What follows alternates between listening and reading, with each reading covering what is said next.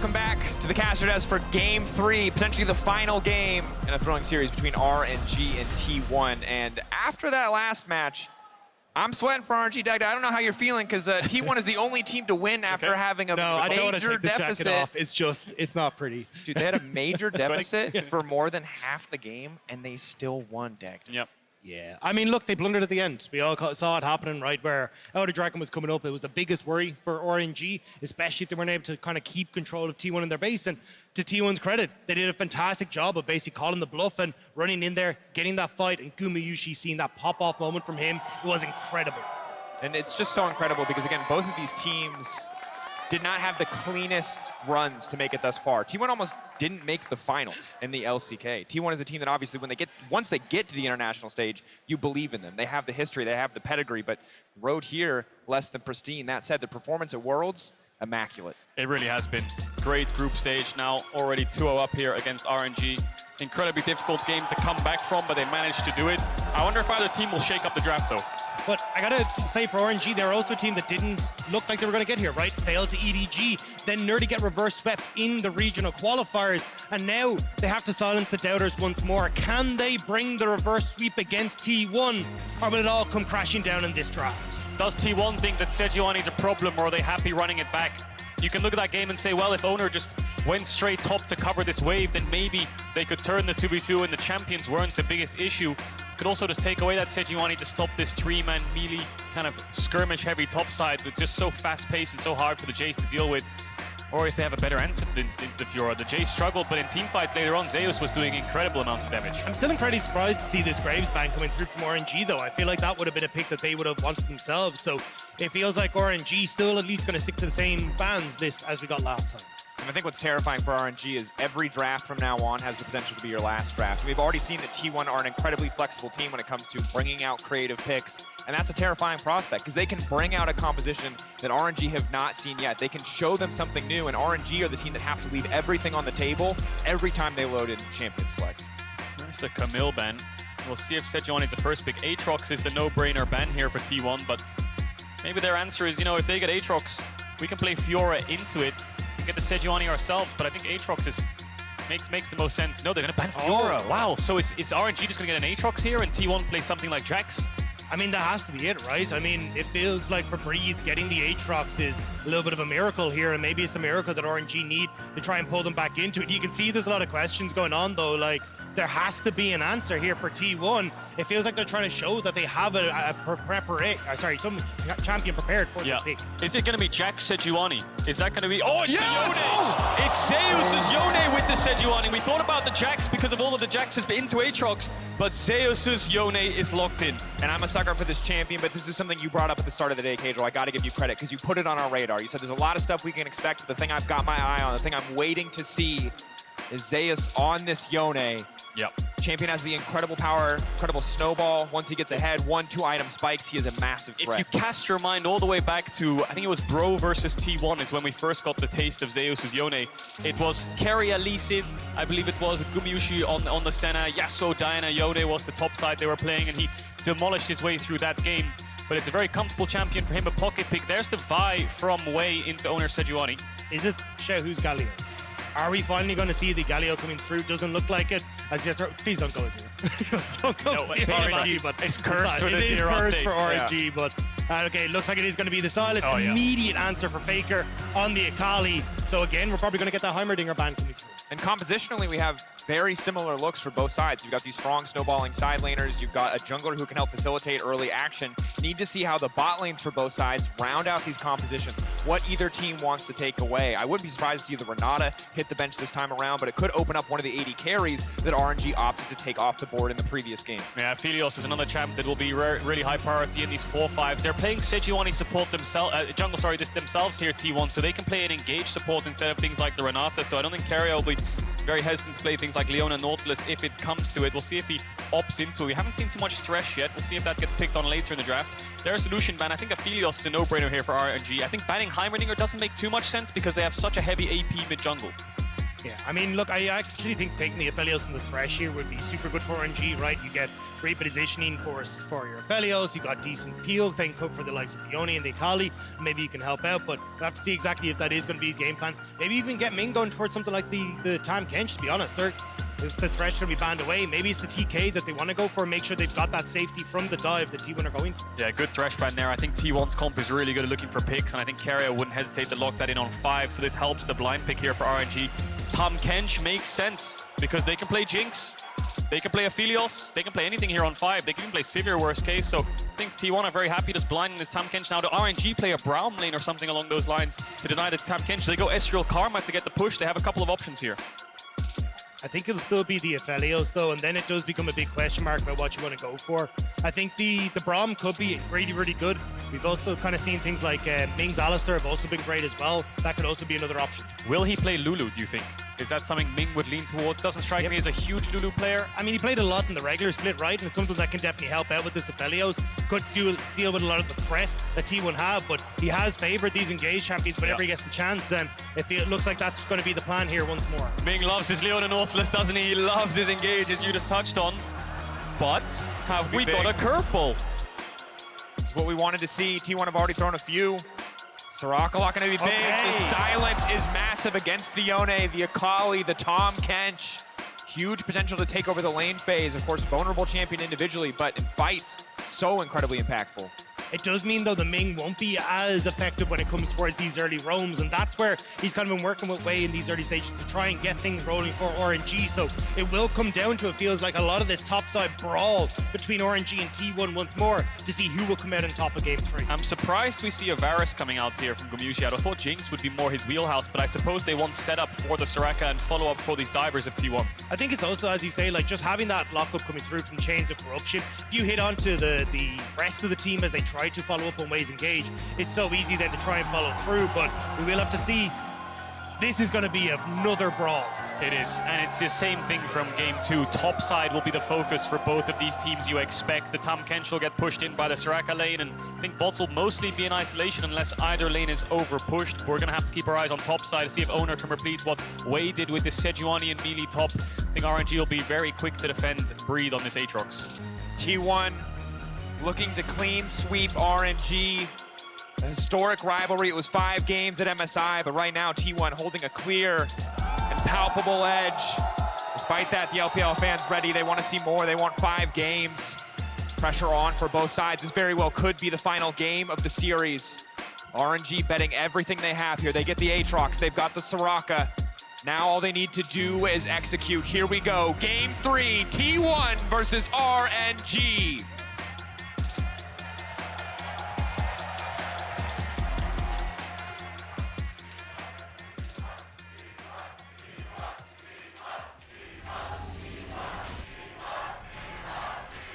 Are we going to get any level 1 shenanigans? Oner is running the phase rush as well on this Sejuani, similar to Wei last game. A lot of melee champs that he might need to escape after landing his combo. The crowd is going nuts for both of these teams, supporting their regions. LCK up against the LPL. T1 currently 2-0 up. We'll see if RNG can reverse sweep. T1 has never been reverse swept at Worlds before. And for RNG, this is now starting to look like once more that the spring curse is real for them. Looking great in spring, winning MSI, but summer in the LPL has always belonged to the likes of EDG, and now sitting 0-2 down against T1. They got to see if they can muster everything they can to get us back to that Game 5. And you talked about it before, Dag, how RNG has finished every single place at Worlds except for winning. They've lost out in groups, they've lost in quarters, they've lost in semis, they've lost in finals. Two T1 and 2 T1, but they're yet to find a win. And gentlemen, at the bottom of your screen, a total aside, you'll see a very adorable emote. Make sure to grab the exclusive Very Nasty As Much WoW emote from Prime Gaming by connecting your League of Legends account with the Prime account. So we now shift our attention back towards the bottom side, because again, the last game all about top side, but Guma changed that narrative, changed that story. He was one man versus the world in so many of these fights, and we'll have to see if he can do the same again. Meanwhile, in the mid lane already, aggressive trading. Same matchup as the previous game. Both players gaining confidence in the 1v1. Yeah, and from seeing this matchup multiple times, it looks like it's Akali favored early on, and when Sylas can start pushing back, he's after first base. FLICKR was doing a similar thing last game. Nice E from Guma there to get some good trades onto this Soraka. The Soraka will need a few levels. Xiaohu now stepping forward as well. It's gone abduct on the level 1. FLICKR, though, extending the trade, has the empowered auto. Didn't get it. That could have been pretty devastating for Xiaohu. Probably going to see a lot of jungle action around this mid lane if it is so back and forth and you're starting to see these early trades going heavily. But, I mean, at the moment, with push on bot side, with push going in favor of T1 on the top end as well, Oner going to have a good amount of access to how he wants to try and play this match. Debating where they're going to go, what the option is going to be. Level 3 is going to be crucial for both of these solo lanes here once the full kits are up and available, so you can come out on top of the trades. Yone, of course, notoriously very obnoxious to lane against. Yeah, the Aatrox needs way more points in Q. It's such a long cooldown at level 1. Needs around level 4 or 5 to start being able to trade back against the Yone just because of raw cooldown. So T1 managed to get a little bit of bot push, fighting back against GALA and Ming. Ways around mid here. FLICKR, not sure if the W or the Shroud is on cooldown, but here he comes. Comes the Q. Walking into the Shroud, waiting for his jungler to arrive. Just waiting. He has so much time from the Shroud, and now they're committing to the fight. They want to get a Xiaohu flashing out. FLICKR flashing out. Way in the area, though. Way wants to finish the job. Shuriken flip over the wall. Raptor pre-aggroing. Little auto attacks. Little chickens trying to knock him down, but it will not happen. Xiaohu stepping forward is a big risk. FLICKR going over the wall. It's a massive escape. Does he have the execute? Time is ticking. He needs to get towards this tower. Walking Way doesn't have back flash. to the tower, Does he trying to have get enough away time? from it. FLICKR. Whoa! I have never seen a player die so well. Really good execute there by FLICKR. The Raptors didn't actually turn on him very quickly, so he managed to live on such a low health bar, denies the first blood from RNG, and manages to TP back at the same time as Xiaohu, who was chasing him down. Also gives Oner a bit of access into this top side as well, so he'll be able to take the Rift Scuttle, knowing that he's got a little bit of an advantage, being able to take that, but really well played by FLICKR. Holds on so long, waiting for the Sejuani to come through, and every single time Wei and Xiaohu try to predict it, they miss, and Xiaohu just barely getting back to his turret. And then I thought this was going to be Revenge of the Nuggets, but it's not going to be the case. FLICKR manages to escape away with that one just about. Yeah, they didn't get any auto attacks in. Blast cones away from the Vi Q, and no flashes on the RNG mid jungle means there's no way they can finish him off. Execute comes in, and Xiaohu is forced to base and TP back. Waves coming into FLICKR. Oner doesn't get the kill on the Xiaohu, but both mid jungles blowing all their summoner spells. Meanwhile, on the bottom side, you saw Keria and Guma holding onto the push for a little bit in the early levels, but as there are a few more levels into the belt of GALA and Ming, they are able to crash that wave in. Guma not there to collect some of that CS, so going to continue to build up that bot side advantage. Looks like we might have missed out on some of the aggressive trading. Oner returning to top side, looking for this lane gank, and at the start of the day, Cadril, you said it, like clockwork. Oner 3-4, he comes top side, he looks for a lane gank. He's done this a lot in the LCK, level 3-4 lane gank top. We'll see if Breathe dies. Infernal Chain's there, now going to go back here. Breathe, stun now coming out, he's under the tower, but they just cannot finish the kill. They're helping crash the wave there. Breathe was quite far up. He wants to hold the wave near his tower, but in the end, he's forced to flash out. T1 get the crash. Zeus gets the base off. I'm not sure if he has Berserker Greaves in base. We'll have to see if he has enough gold for that item, because that's a big spike. No, he doesn't. Boots double dagger. It's going to sting a little bit, but still gets the wave in. You see, though, Wei is starting to move up back towards this top side, though. Zeus still has his flash. It was only Breeze that was burned, so maybe we can get some help from Wei up towards Breeze in that top side, but it is going to be a little bit of a difficult situation when Breeze isn't going to be able to follow up as easily as you'd like. Definitely can be. XP lead, you can see going to Breathe. Still able to TP back, still able to get a lot of that. Zeus holding onto his TP for now. Could be an advantage as you look ahead towards the objectives. Bot side pushing in here, and Guma and Keria doing what they can to hold on to the advantage, but so hard against GALA, so hard against the Aphelios. When he has the Infernum, the blue gun, up and available. Yeah, has the Noon Quiver as well, so he can push this in whenever he wants, but he's leaving the wave on his side because jungle's top, right? There's no real need to start pushing these waves out. They only have vision in Tribush, and T1's jungler is around the bot side of the map, so they're just gonna let these waves crash, stay under their tower, be safe until waves down towards bot, but he's looking at top side right now. Yeah, I like the way T1 are playing this slow, though. You know that at the end of the day, you're kind of waiting for the likes of Rift Tower to come up so you can use the fact you have push in 3 waves. Looks like Wave's just going to be up here to help with the wave crash, similar to what Oner was doing, but Oner trying to make a wraparound play. Might visit this top end. Their Q landing. Zeus just going to walk out on that one. Wave will crash, so successful play on the top side for RNG as Xiaohu and FLICKR just continue to trade in the mid lane. They're always trading. Last game was the exact same, just permanent trading. Every time you walk up to the Rave in this meeting matchup, Sylas can do this. Full committing. Ulti up and available. FLICKR where he's going to go again. He's just waiting as long as humanly possible. Now the full committal. Xiaohu, the interrupt coming in from Oner. Breathe coming over the wall. He has the ulti up. Dark Blade, one cat gonna connect. Oner now caught in. Infernal Chain's gonna pull him back. And that is it. First blood for RNG. Beautiful combo by Breathe onto Oner. Keria could look for the flashing knife Q here. Trying to finish him. Oh! Sniped down. Guma and Keria make themselves known in the mid lane. T1 say anything you could do, we could do better. Moving Gumayusi up gets the kill, but again we go. Oh, the sidestep! Look at the way he moves, but it doesn't look like it's gonna be enough. No, they're turning on the way! How can he do this? The TK is just so damn strong! He goes! Keria and Gumayusi come from bot. They get towards mid. 2 kills over to this Varus. Incredible series by the bot lane of T1. Extremely quiet since the end of spring, since the end of MSI. But they're stepping up here. Breathe has no flash. Zeus waiting, misses the first Q. That's going to be big. Buys him a bit more time. Stun now going to connect. Zeus can take his time. Going for the style. Finish. Swords in left and right. Breathe no way out of this one. Trying to heal up a little bit more. But no. Wait, does he? No! It looked like Breathe might have just barely got in over the back of that, and T1 now picking up several kills off the back of that. The news though around bot side though, 2 kills for Gumayusi is great, but 2 plates went to GALA in the meantime as well, so sitting basically even on that bot end, but the top side big win for T1. So many skirmishes, 3-1 in kills, salvaged by the bot lane of T1. Like you said, they lose a little bit for it, but man, do they do it in style. Xiaohu goes for the all-in onto FLICKR, actually sees Oner as he dashes forwards, thinks he has enough damage for the kill, baits in Oner, and Breathes combo here pretty much perfect. Lands the Q1, W's on the phase rush, Q2 to knock him up to make sure the pullback, lands the Q3, but here's where the T1 bot lane comes in. I think Oner actually stopped the Kingslayer from Xiaohu, which is why FLICKR didn't go down. Then as you say, flash forward, auto, and T-Tor's in the shaft. You can't do it to him. It's dirty. Right, but it's beautiful. Right in the back, and then an incredible outplay afterwards. But we got to go back to live because the Herald's been started up. It's 8 minutes 45 seconds into the game. RNG don't look like they can contest. GALA is all the way down towards the red buff. FLICKR doesn't have the TP. We'll see if RNG opts for the 4v4. Nothing for them to do here. No fight for them, but Zeus 3 stacks up and available. They could look to commit on the Breathe. Instead, just going to back away. They got what they came for. They got the Herald, and we are off to another stellar start for T1.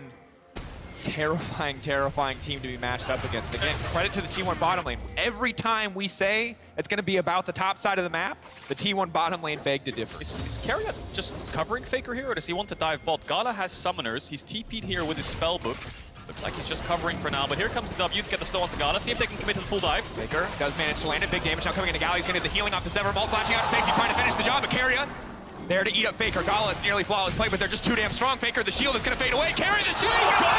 GALA! Oh, Ming on the chase now as well, but they've locked him down. What is this? It's madness on the bottom side. T1, are they able to find a kill on the Ming? Xiaohu now as well. It just does not stop! This game is a bloodbath from RNG and T1. Game 3 has exploded, and we're not done yet. Top dive coming in. Oner has the ult. Zeus does as well. Breathe lets the wave crash. Looks like he's going to clear it out, but he's not safe just yet. The Sejuani's hiding in that bush. Breathe. Breathe might just be his last breath. Here and there is the Yone. Finding it. Breathe still healing. He's too damn clean. That was so clean from Breathe. We'll see if he can stay under this tower. Xiaohu has the TP, but he's pushing in bot. The ultimate will fade away. Keria finds way on the dragon. Oner has Herald. See if Zeus goes for the Q3. Dashes away. Herald's procced. Again, Dark Blade up and available. He's waiting. He knows the second he shows his cooldowns, the second he uses that first Q, they'll know exactly where the next one goes. Zeus stepping through it, diving through it, trying to finish off the job, and they will be able to do so. Leaping out, but gets taken down in the end. Oner going to try to finish this tower. 1-for-1 in the dive. Xiaohu's TPing in. Oner has the flash, but I don't think Xiaohu can gap close in time. Herald falls. Xiaohu catches the wave. So much fighting across the map. T1 forcing bot, T1 forcing top. RNG responding on both sides. Exactly, that's why draw your eyes to the top of the screen. It's still so close when it comes towards the goal because there's been trades for turret plates, for kills back. Across the board, this game is still within touching distance, especially when Breathe is able to turn around these dives, same as RNG did on bot side. Keria has the sweeper. They're in the next brush. Ming stepping forward, looking to lock him up, trying to lock down the bars. The silence going down as well. The top kids can't eat him. He's trying to run for his life. Guma flashing out. Guma taken down. GALA finds the kill. The Tahm eat was around 5 seconds until it was back up. The second wave flashed in there. They were so close to having that play backfire and losing out on the kill, but they managed to pull it off. They don't turn it into an objective. No dragon up yet. They can't push for plates because FLICKR hovering towards this bot side. Xiaohu up towards the top side of the map. Good pick there by RNG. Really good kind of awareness of the Tahm ult CD.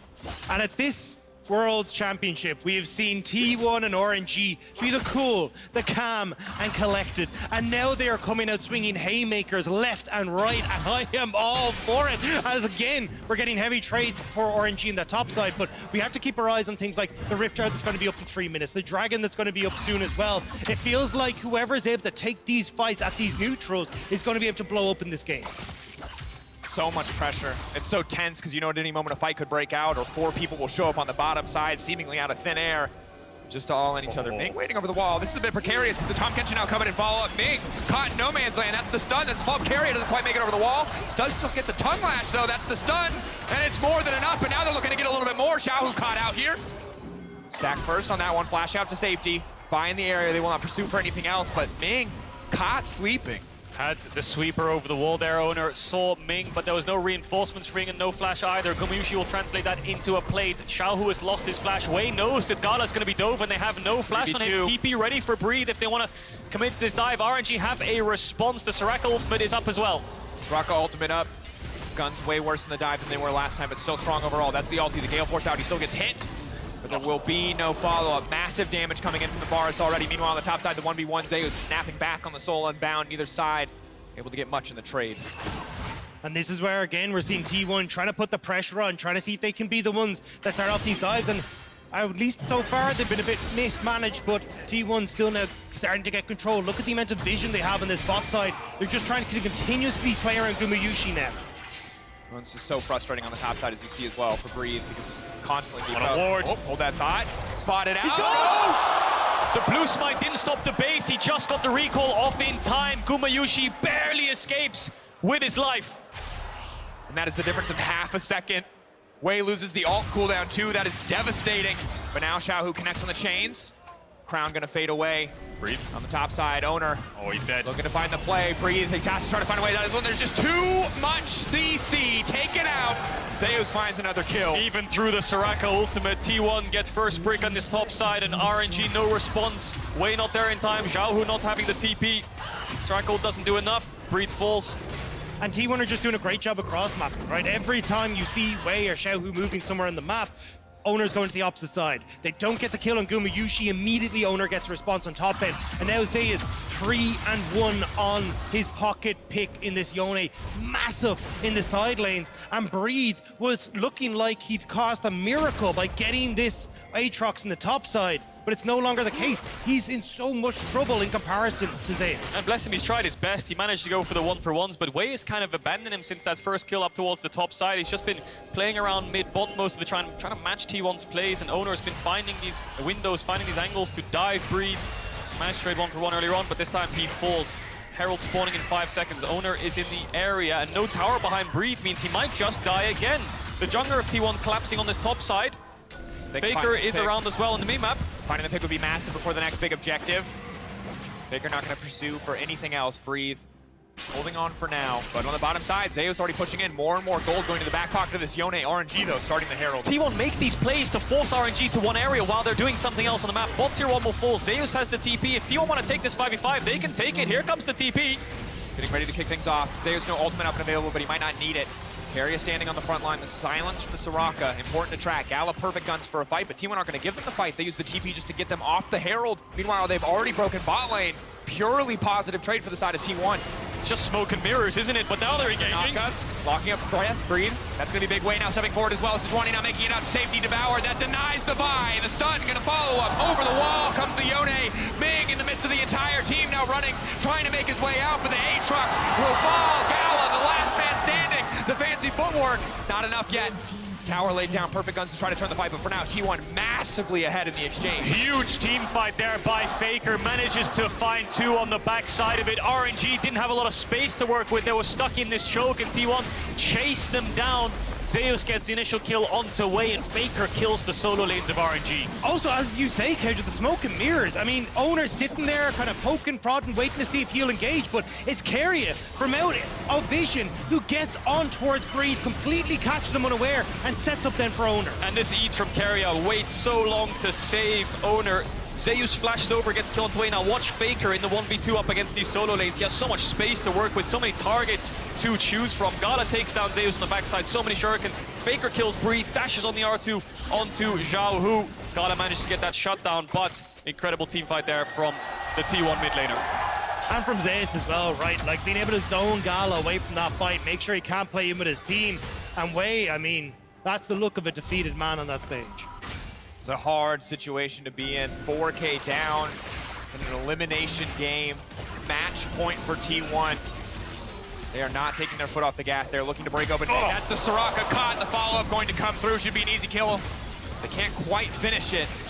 Arrow now going in. Will not connect onto Ming. Standing strong for now. Wei looking to cover his bottom lane. Gumayusi's ult on cooldown there. Didn't have it up to follow up, but the dragon's up and Ming needs to base, so this should be a free objective for T1. Their first dragon of the game, 17.5 minutes in, very far away from that soul point, but we'll slowly start to stack them up. I feel like the last few games, what we've seen is Baron dances into dragon, and I think starting to stack these up now will benefit T1, of course. Keria caught out, good damage. Xiaohu coming off to the side, gonna steal the Var's ultimate, gonna look like a Guma, but he whiffs! It's a massive whiff, and it costs him so much to play, disappearing. FLICKR hunting for more. Wei now has to go, and he has no choice. Breathe on the backside, now running for his life as well. T1 taking another exchange, and another ult goes wide. RNG cannot find a target. Xiaohu tried to predict the flash on Gumayusi with the chains of corruption, but again, Guma with the nerves of steel holds strong, and it means that they can turn that fight, get the pick onto Wei, and once more T1 putting their foot down on this game. Yeah, hope is slowly fading here from RNG.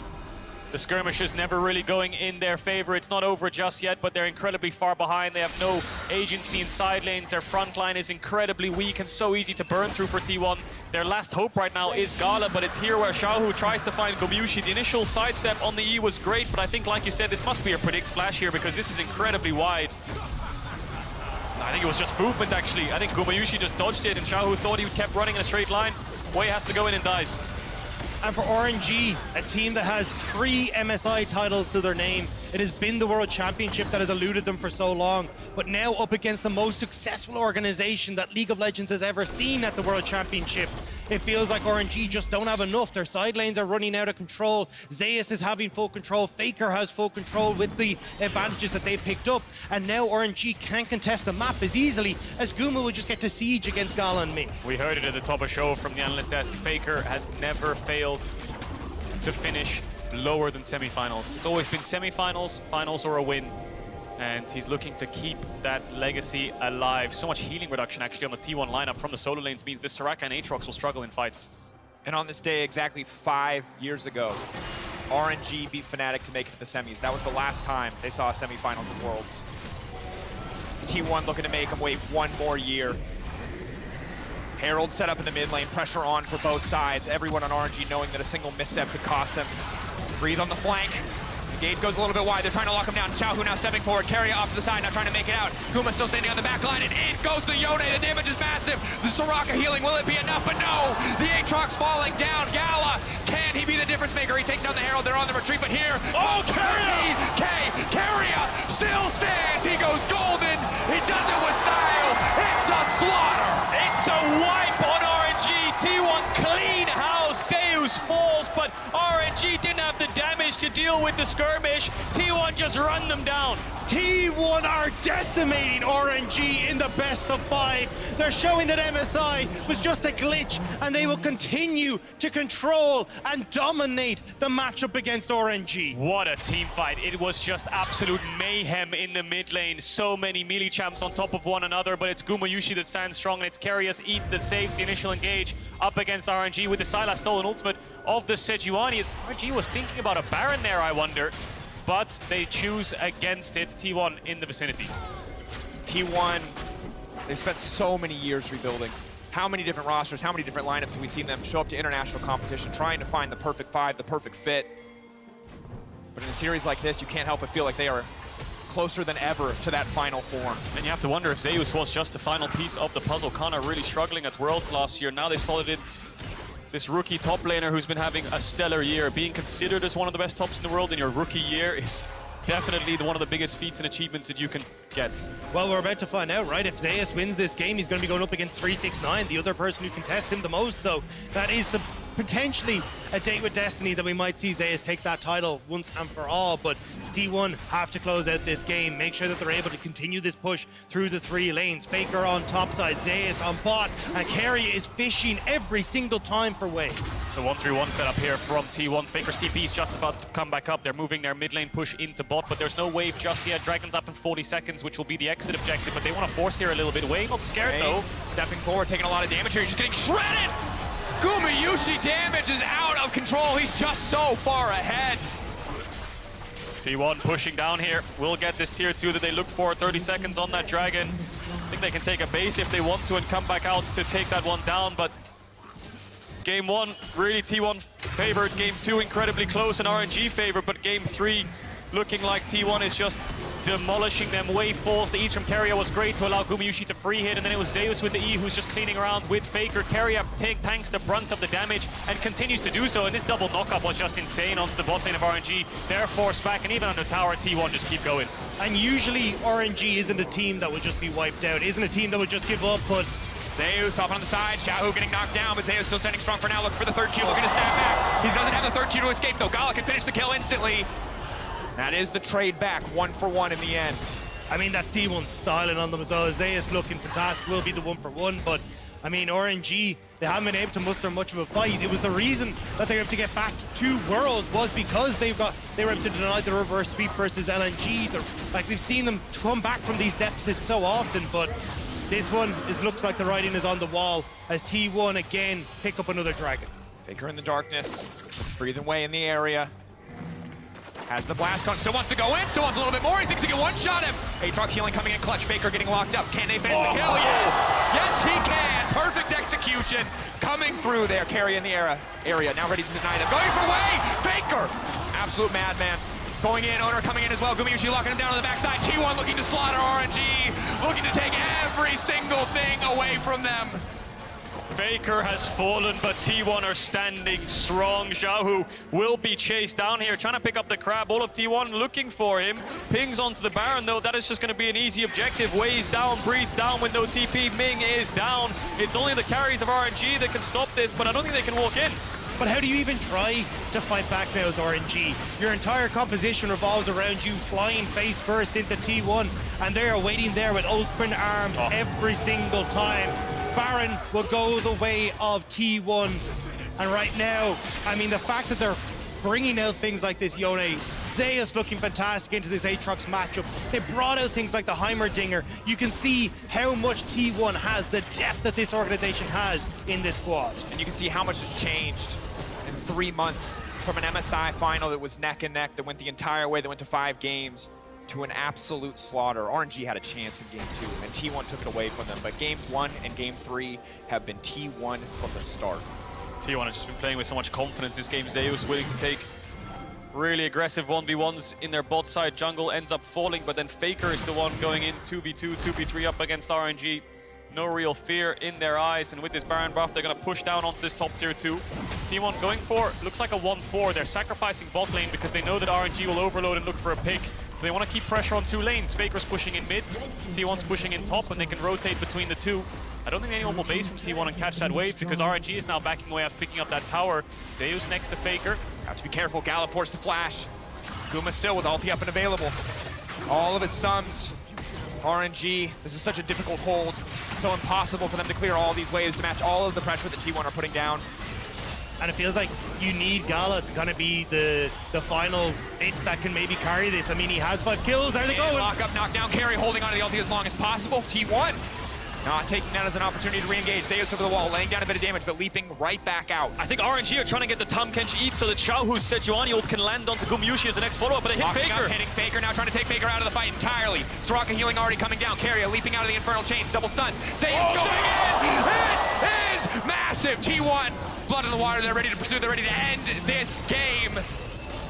T1 hungry for more. One last kill, a few more to follow.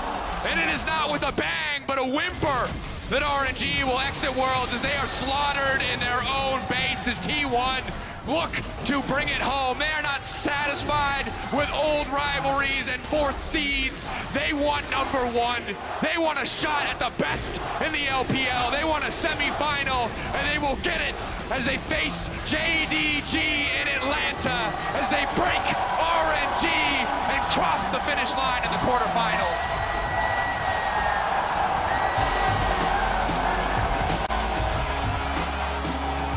A disappointing end for RNG, but a roaring success for T1. An incredible performance in the quarterfinals, bringing out their pocket picks, bringing out the plays they needed, and being able to fight back from deficits in Game 2. T1 are terrifying. They really are, and the only game they've lost so far at Worlds was that Fnatic game in group stage. 3-0 up against RNG. I don't think many people expected that, given that RNG's form was looking pretty strong. Yes, they're the LPL's 4th seed, but they are the MSI champions, so maybe they put up a big fight against T1, but T1 just sweep them away. Game 2 should have been theirs, but T1 managed to crawl it back, and this squad is looking incredibly dangerous. Both sides of this bracket now, JDG and T1 both 3-0ing their opponents. It's going to be a very, very exciting semifinals next week. Across the board, T1, terrifying threat, commiserations. Their opponents on the opposite side, RNG, the dark horse, when they made it to this tournament, their history, giving a lot of people faith, what they saw on the group stage, but it was not enough today. Outclassed seemingly everywhere by the likes of T1. And again, now we look ahead, we look to JDG, #1 in the league, #1 in the LPL, sweeping aside Rogue just as effortlessly as T1 have swept aside RNG. But it is a final goodbye, and despite their struggles, the RNG fans remain loyal. Top Esports and RNG now gone from Worlds. It's EDG and JDG left for the LPL. Gen G versus Damwon up tomorrow, so there'll only be 2 LCK teams left as well, maybe if the RX lose out too. I'm gonna say one matchup. 369 versus Zeus. Exciting. And I think So excited. for anyone watching who has watched this tournament, for most people, and there are gonna be some people with slightly different opinions than this, but that's the battle for the best top laner in the world. Yeah, it is. And it's maybe the battle of the best team in the world, because JDG, 1st seed from China, T1 looking incredibly dominant. We'll see what Gen G's up to as another one of those tournament favorites. But next week is going to be unreal. I mean, even the performance we saw from Zeus today, right, definitely gets me even more excited. The fact he brought out the Yone into the Aatrox looked fantastic on it. You can see it on your screen, the most damage in the game from the top laner of T1. I mean, how is that not going to be a matchup for the ages? 26-minute win there for T1. The second game incredibly close. First game was in their hands, but it was very slow to close out, stacking Drakes, not making mistakes around the Baron. But with this composition, you can just run them down and force fights mid on cooldown with the Oner, throwing Sejuani ults with the Varus ult, anything whatsoever, just throw it at RNG. And T1, yeah, just got the better hand of them in fights. And I mean, we saw the haymakers that both teams were throwing back and forth, but T1 were slowly but surely getting these incremental advantages that then paid dividends, because both these squads are teams that need to dive in on top of you. They want to get up close and personal, but whoever ends up with a bit of a bigger hit is going to be able to win that one, and T1 just punched through RNG. And again, we take a look at this. T1 always top 4, FLICKR always top 4. This is an impressive feat. They continue it as they move ahead in this tournament. But I also have to shout out Guma again, because we were so ready for this to be about topside just about every game, but at Game 2, it was about Guma. It was his show, his Keria alongside him with some incredible hostile takeovers. And in Game 3 as well, the Varus, the Tahm Kench, that play around the mid lane. I get so used to Tahm Kench being a Devour bot, you forget how incredibly oppressive this champion is early game. And to do that against an LPL team, who are notoriously the best at Varus Tahm Kench, is incredible. And it was the play mid where Gumayusi and Keria came up to salvage it to get those 2 kills. It was the escape from Keria. It was knock up from Keria in mid on that tier 2 to solidify the fight. Tahm Kench, maybe not the flashiest, but Keria always never fails to impress. And I think one of the stories that a lot of people were looking at was that Ming versus Keria dynamic, right? I mean, Keria kind of put that one in a box right there at the end. The fact he was roaming towards mid lane so effectively, getting those big leads. And Ming, we just couldn't see that same kind of style out of him that we usually get to, just with the way the T1 were operating on the map. So really, really solid job from T1 to get that big win over RNG. Yeah, and if you wanted to believe in Keria, you have all the evidence you need. He's played tanks, he's played engage, he's played weird stuff. You know, he's got a little something for everybody, and that's before we even get to the traditional hard engaged champs. But as we set up for the interview, you can see one more time the bracket. One semifinal, guaranteed absolute banger. I have no doubt that the other semi will be the same, but what an impressive matchup to see who will make it to the World Final. And it was last year where T1 went up against Damwon in that semi-final and lost in such a close 5-game series, so they're out for revenge. They won't be facing Damwon until the finals, maybe if Damwon get there, but it was Damwon who stopped them in their tracks. And let's not forget, T1 have never, ever played against any other LPL team other than RNG in a best-of-5 at Worlds. This will be the first time we ever see T1 up against a different LPL team in a best-of-5 at the World Championship. I mean, it's going to be such an incredible series as well. I think the fact that we're getting to see the best team from the LPL face up against the T1 that looks like they're all going out no holds barred, this is going to be an incredible series for Atlanta to witness. I'm stunned, gentlemen. Again, when you look at these teams and you look at the history, you don't always expect that you're going to get something so one-sided. Credit to T1. The glow-up has been immaculate. Again, you always expect big things from the organization, but so much of that is the history. So much of that is not the players we saw on stage today, but T1 finding these players, building these players at home, building them up. Keria, the only guy with experience on another org out of the entire roster. It's an incredible feat. And I think for Xiaohu, it's kind of a bit heartbreaking, right? It still feels like FLICKR is the unkillable demon on his shoulder, right? Every single time these two go up, it's been FLICKR who takes it. 2017 semi-finals, the first year Xiaohu made it to Worlds, T1 slap him back. Every time it feels like we end up getting RNG and Xiaohu and Ming to that world stage, it's T1 that are there to put them in their place. MSI just feels like a bit of a blip on the radar with the way they perform. Absolutely does. Of course, you can't make it to San Francisco for the finals. You can watch on the big screen with friends and family at one of 600 theaters and counting near you. Use the QR below. Purchase tickets. Do that. But more importantly, we're going to head over to the stage for a double T1 discussion with FLICKR and Zeus in our Verizon post-game interview. Thank you very much, Dracos and Jason by my side, because I wanted to talk to these both players together. First up, congratulations. And since this was a rematch of the MSI final versus RNG, but the difference was so big, FLICKR, I'll go to you first. What was the biggest improvement in T1's play compared to that match? 우선 승리 정말 축하드립니다. 이제 MSI 결승 리매치였는데요. 이번엔 굉장히 다른 결과, 정말 압도적인 3대0 승리가 나왔습니다. 이번에 어떤 부분이 가장 개선되었고 나아졌기 때문에 이런 차이가 나왔을까요? 그때보다 확실히 저희가 좀 인게임 플레이적으로나 뱀픽적으로나 많이 나아진 것 같고, 그리고 팀워크도 좋아가지고 좋은 결과가 있었던 것 같습니다. Our gameplay. So our gameplay and also our draft has become so much better since then, and also our teamwork. Fantastic. Zeus, there was especially a big comeback in Game 2, which was pretty unbelievable. Can you tell me how you came back in that second game? 그리고 제우스 선수 이제 2세트에 정말 기적과 같은 한타 대역전승이 나왔는데요. 그렇게 그 당시의 상황에 대해서 좀 다시 설명 부탁드립니다. 일단 웨이 선수가 옛날에 MSI 때부터 탑라인 개입을 정말 잘하는 선수라 생각해서 좀 최선을 다해서 좀 안 죽고 하려고 했는데, 그 브리드 선수가 되게 딜교를 뭔가 예민하게끔 잘 해서 너무 많이 죽은 것 같고, 그래도 일단 뭔가 그냥 좀 정신이 살짝 나갈 뻔했는데, 그래도 항상 이제 여기 현장에 계신 분들이 좀 이렇게 계속 소리 질러주시고 해서 좀 잘 멘탈 잡았던 것 같아요.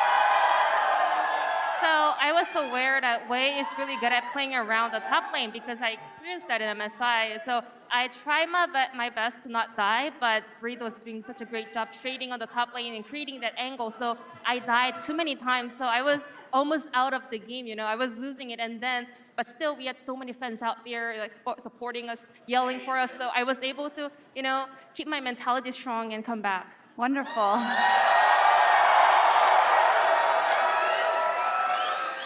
Now, since you both are different in that FLICKR is the most experienced player on the roster and you are relatively new, I'd like to start with you, Zeus, but how does it help you to have someone like FLICKR by your side at these international tournaments? 두 분은 또 굉장히 다른 성격을 팀 내적으로 갖고 계신 것 같습니다. 페이커 선수는 팀 내에서 가장 경험이 많은 경력자고, 또 제우스 선수는 굉장히 어린 신인의 입장인데요. 이렇게 페이커 선수 같이 경력이 풍부한 선수가 있다는 게 이런 국제전 치를 때 어떤 도움이 되나요?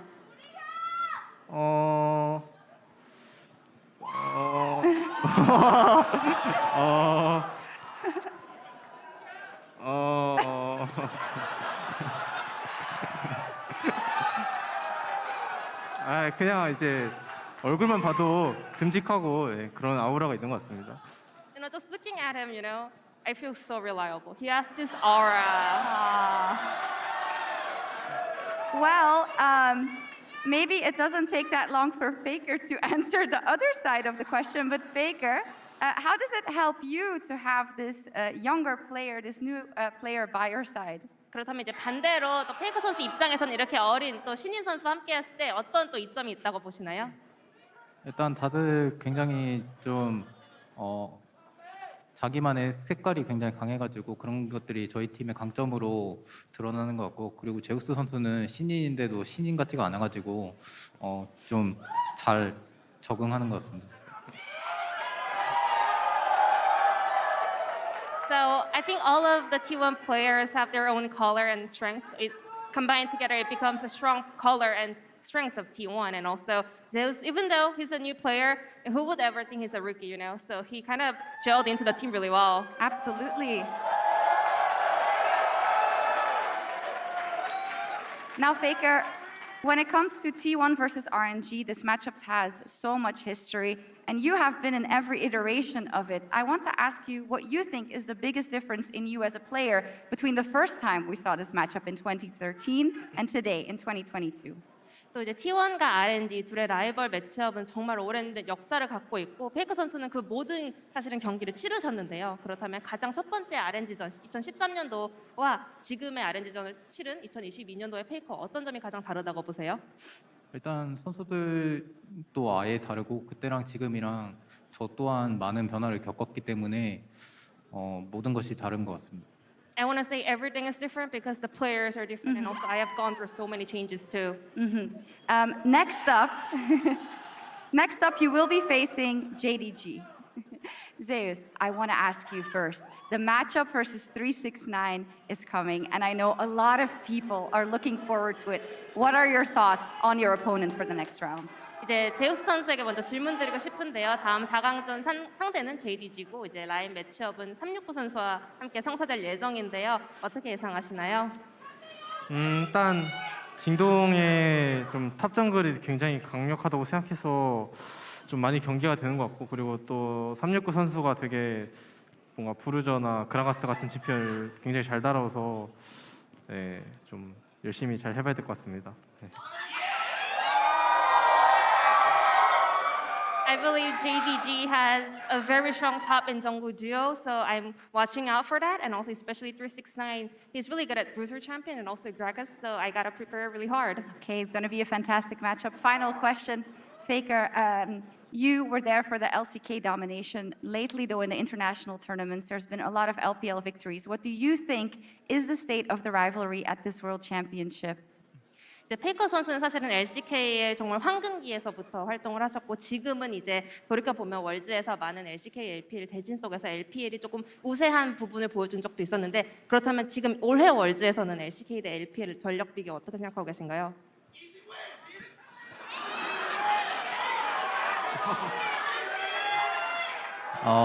일단 뭐 저는 사실 지적이 중요하다고 생각하진 않고 그냥 팀이 중요한 것 같아서 지금 저희 팀 상태라면 어느 팀이든 충분히 이길 수 있다고 생각합니다. I think what really matters is the team, and based on our team's performance, it's gonna be pretty winnable. Ooh. Well, I think that's a great note to end on. 감사합니다, FLICKR and Zeus. And Jason, of course, as always, we're going to take a quick break, but we'll be back to talk about this best of 5 Worlds cooldown after this.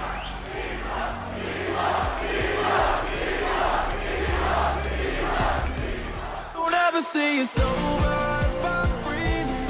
Racing to the moonlight and I'm speeding. I'm headed to the stars, ready to go far and start walking. Don't ever say it's over if I'm breathing.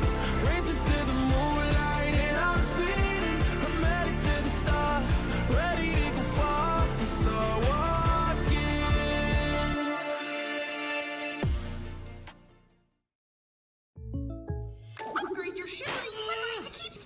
Hey Ash, what's your plan? A new and very serious game, Jake from State Farm, but these in-game purchases are wrecking my wallet. I can't keep sparkling, Jake. I need a sparkle. State Farm has options like combining home and auto, so you get a rate that fits your budget. Very nice. The gameplay is really strategic, I swear. For surprisingly great rates that fit any budget, like a good neighbor, State Farm is there. Call or click to get a quote today.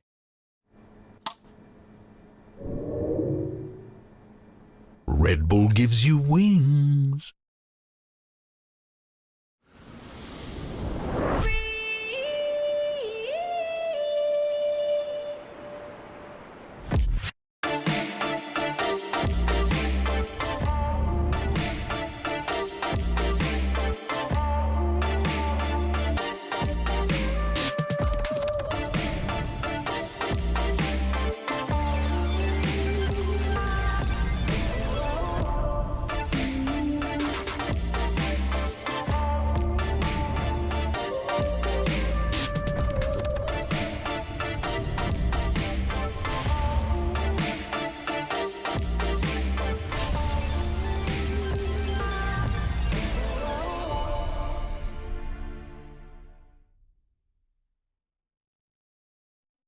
Don't ever say it's over if I'm breathing.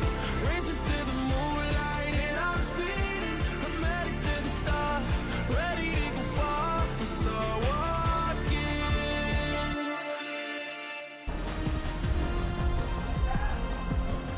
Welcome back to Worlds 2022 Worlds Cooldown here at the State Farm Analyst Desk. It's another 3-0. So for 6 best-of-5 meetings between SKTT1 and RNG, only one of those has gone the way of RNG, and we've now gone full circle. The first ever meeting was a 3-0 back in 2013, and here we have another 3-0. FLICKR does it once again.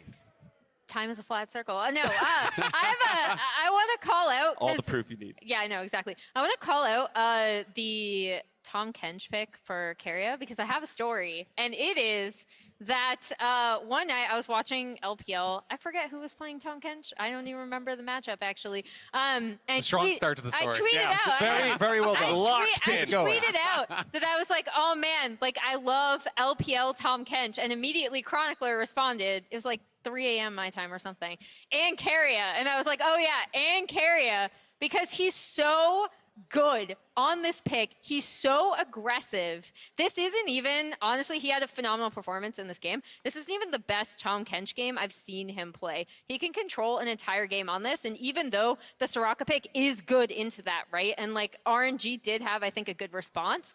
Keria on Tahm Kench is like cracked. It's so good.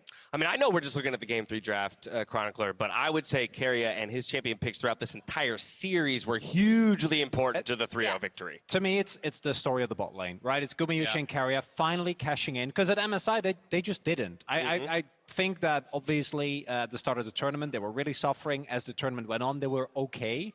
But one of the big reasons why T1 was such a force to be reckoned with in spring was because Guma and Keria just clapped basically everyone. And we haven't really seen them do that even throughout summer. So to see them come back to Worlds and have a performance like this is super inspiring.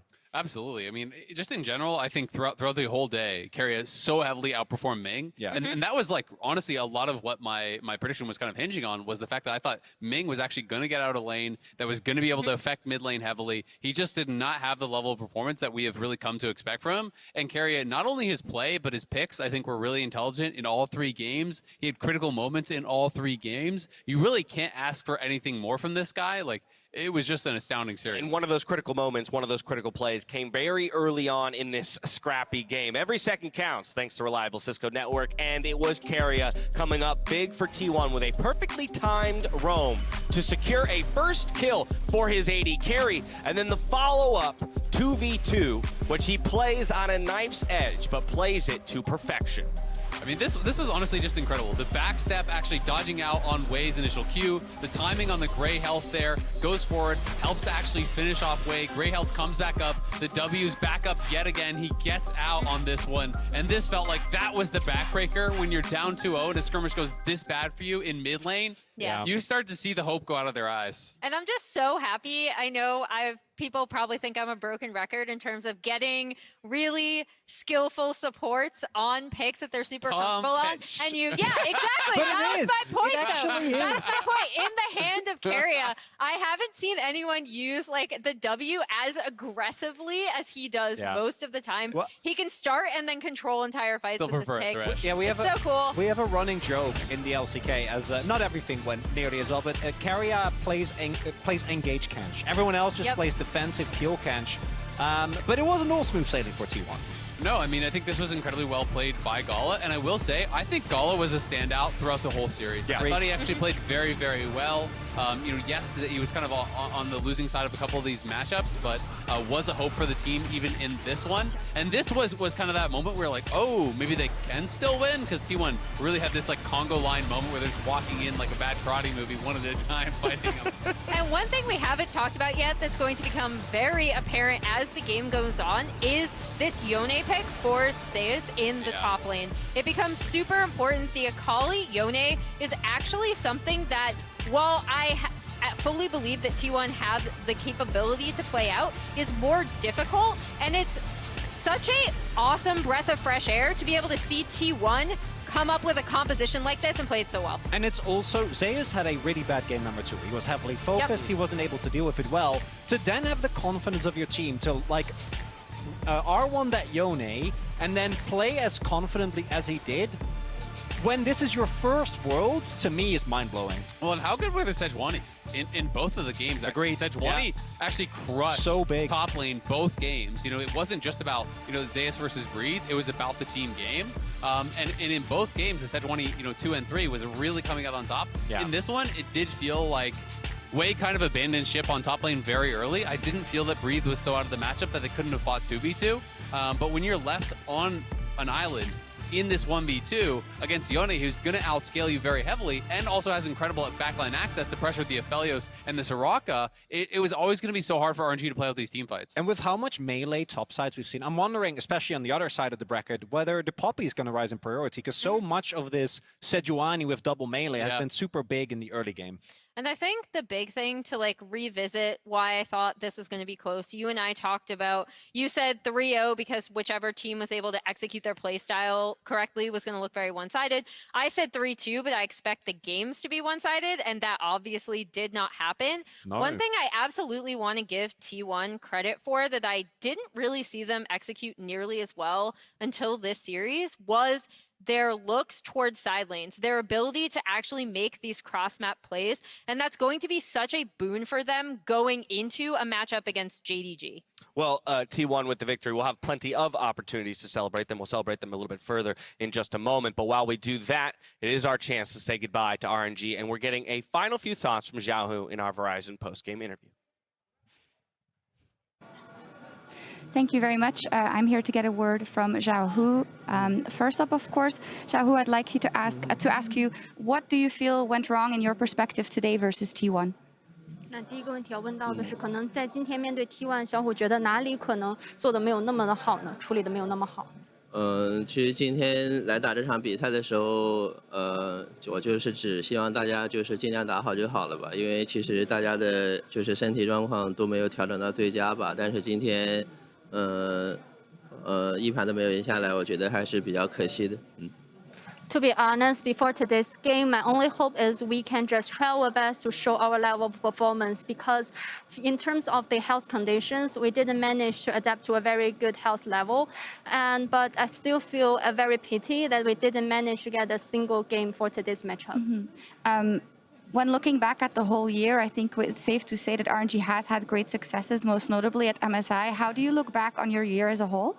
但其实纵观这一年来，其实 RNG 有非常非常多的高光，包括你们 MSI 上的夺冠。所以说，你怎么去回顾属于自己的这一年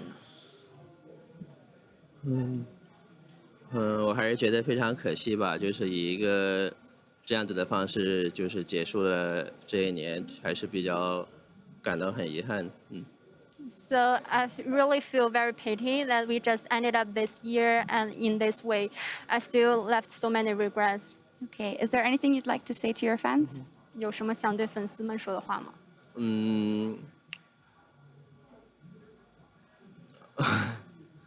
就是还是对大家感觉非常抱歉吧，因为就是今年也是就是到了8强就止步了嘛，然后比赛说实话进程也打得比较糟糕，还是非常对不起大家对我们的期望吧，然后之后的话也不说了吧，就希望粉丝们大家都能就是过得开心吧。So I still feel very sorry about today's result, and I feel like I didn't manage to have reached the expectation from so many fans. I feel so sorry about that. And for other words, I just hope all the fans that they can have a very good life, they can have a good time. Okay, thank you very much, Xiaohu. I can't wait to see you next year once again. And back to you.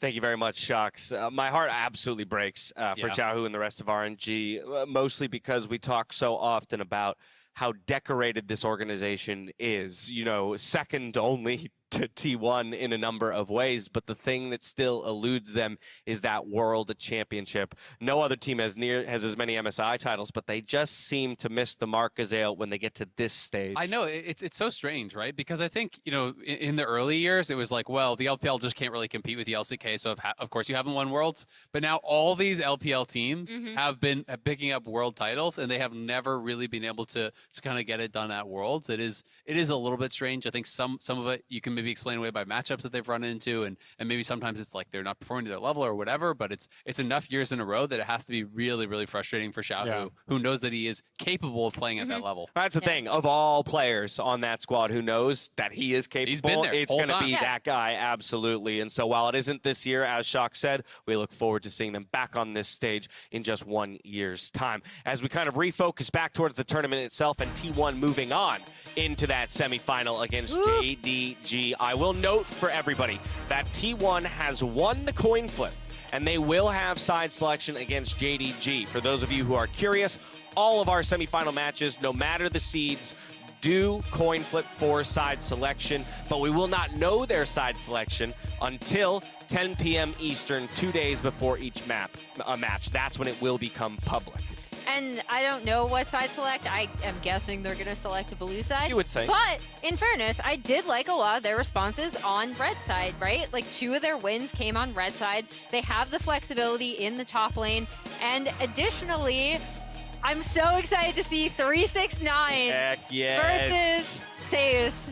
I wanted to see this for so long. No junglers allowed. No junglers. Yes. 1v1. Junglers better no hits not below be the up belt. there. No tanks allowed. No junglers allowed. Let's go. My assumption is the blue side pick, but the fact that they got 2 of their wins on red today is already going to be a boon to their confidence, and it's going to start eating away at the mentality of JDG. And how do we approach Champion Select and avoid the same fate as RNG when we're on blue side? I have a plan. We bring back blind pick and they both play Mordekaiser. Let's Boom! go. No one else can join. Why Mordekaiser? Sorry. They help each other. Pure Motion, 1v1. I second the motion. Yeah? Okay, Everyone voting, in favor? all in favor, aye. Blind pick? There it is. I don't want Mordekaiser. That sounds so It's been boring. decided. The most exciting thing he has is his little claws.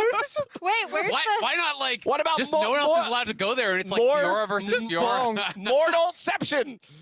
Anyway, I know that we showed the bracket. We didn't quite mention it. The next 2 series to take place for the quarterfinals, because we still have 2 more to decide before we leave New York. That's Genji versus Damwon Kia and DRX versus EDG, our defending champions. We which get to again, cast tomorrow. Nobody should count out. These 2 are casting.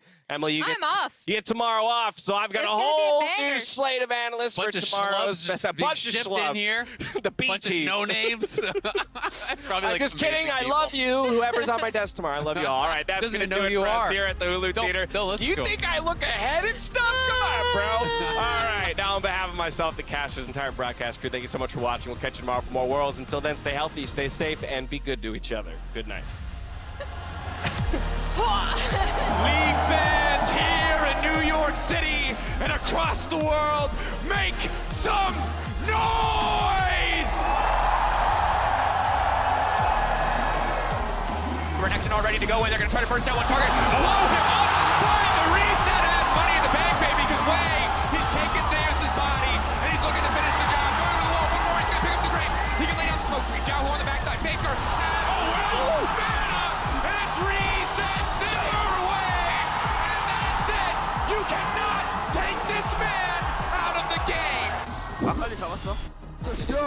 Move in, can they find the stun on a single target? That's 1, 2, 3 stacks going on to Zeus, looking for the fourth, looking to lock him down, catch it in midair! It's a freeze frame moment! It's a 2v2! The grand challenge has been issued, and T1 cannot answer! Will fall away from them. It's a slow take on the Elder for either side of the stage of the game. TP now coming in, we're looking for the full on 5v5. The pullback feathers are already down. If they get to the backside, if they get onto Gumi, it could all fall apart, but already the ult is massive. The hostile takeover is big. On the backside, no! No, T1, how can you make this happen?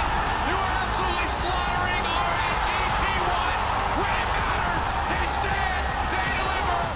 강남 픽게 강남 픽게. 아, 타치 봐. 더블 있어. 나이스.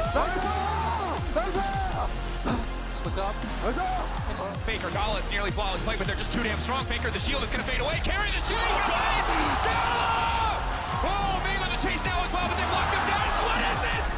It's madness on the bottom side. T1, are they able to find the kill on the Ming Xiaohu now as well? It just does not stop. This game is a bloodbath. They're on the retreat, but here, oh, Keria still stands. He goes golden. He does it with style. It's a slaughter. It's a wild